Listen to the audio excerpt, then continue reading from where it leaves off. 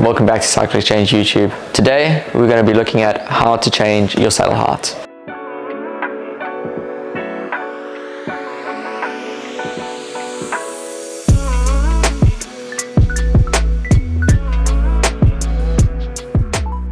You've got your new bike from us and you wanted to set it up to get it right for you to ride. One of the first things that you're going to do is change the saddle height so it works for you. You may have your saddle height already written down as a measurement from a previous bike. You may just do it by a little bit of feel.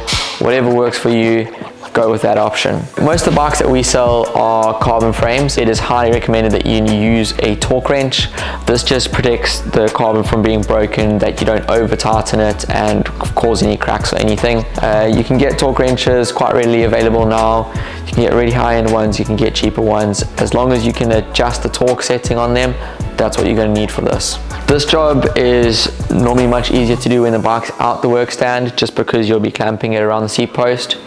On your carbon frames, most of your bolts will have a torque reading next to them, and you want to set your torque wrench according to that. On this clamp, the reading is just in here, and we've got a reading of 6 Newton meters. That is the max setting that you want to go to.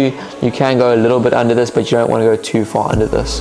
You've got your torque wrench set to the correct reading.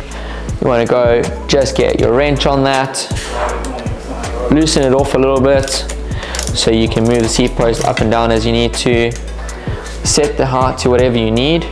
So on this, we're just going to drop the seat post in a little bit. And with a round seat post like this, one thing you want to make sure is that the saddle is still in line with the frame. A few people have different preferences on how to do this, if it's from the back, if it's from the front. It's normally good to just double check both. I'm going to have a quick look from the front on this.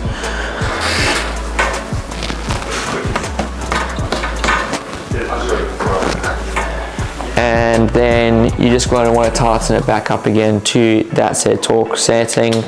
So on these torque wrenches, unless you have a digital one, you'll hear a little click and the wrench will sort of move when you've hit your torque setting.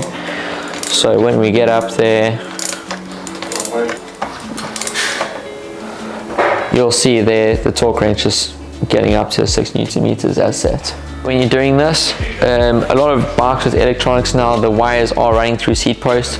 So anything with Shimano's DR2 system, most bikes, the battery is sitting underneath the seat post and you have wires sitting under here.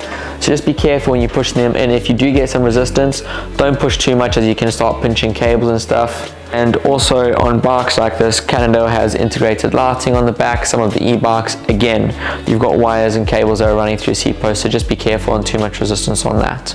So you may find that your bike doesn't have this little clamping collar around here. How do you change your seat post height then?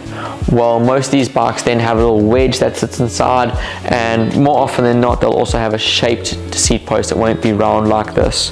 Here we have an example of a bike. It's got a wedge on the top. As you can see here, the seat post is not round, it's shaped. With these, it works pretty much the same. There should be a torque setting on the clamp that you're going to set your torque wrench to.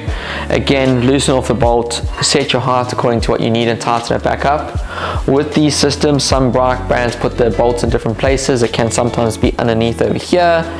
On some brands, it's also at the back over here with the bolt, either single bolts in there, 2 in here.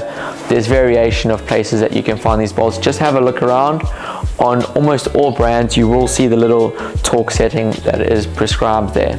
Sometimes you may find if you've got something with one of these wedge systems, you've loosened the bolt off and you can't get the saddle to come up. What happens is, the way the wedge system works is it really puts the pressure in, and sometimes it doesn't quite release. Even though the bolt is loose, the wedge hasn't released from itself. The trick with this, if you're having this problem, give it a nice good hard knock on top of the saddle, pressing downwards. You're not going to be able to put any more pressure with your hand than what you would with your whole body weight, so don't worry too much. And what this does, it just creates a little pop and gets this wedge to release. So it'll look something like this. And as you can see, it's now nice and loose. I hope that's been helpful and you've been able to learn the little tips and tricks that we have in terms of changing your saddle height. We look forward to seeing you in the next video, so keep tuned for what's coming next.